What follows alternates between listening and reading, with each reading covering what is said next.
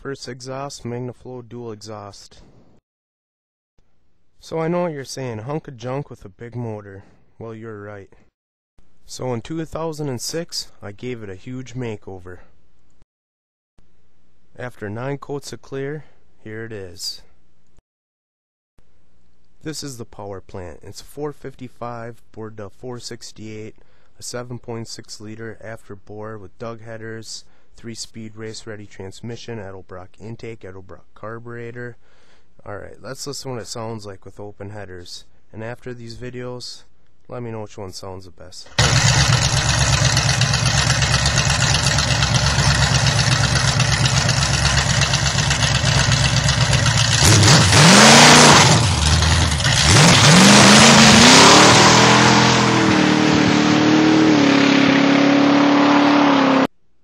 Open headers are nice, but tickets aren't, so I bought some stainless steel tubing, buffed it up with 800 grit, 1200 grit, and then the buffing wheel for over 8 hours to get it done.